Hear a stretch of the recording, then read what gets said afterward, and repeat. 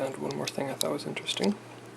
Took the tape off of this, pulled it up,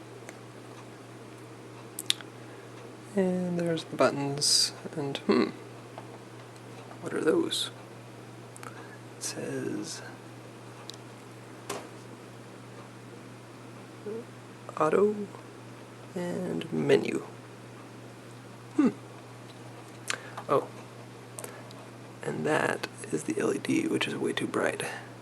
So the solder joints, or the solder contacts are on the top, the back. It's just tiny holes.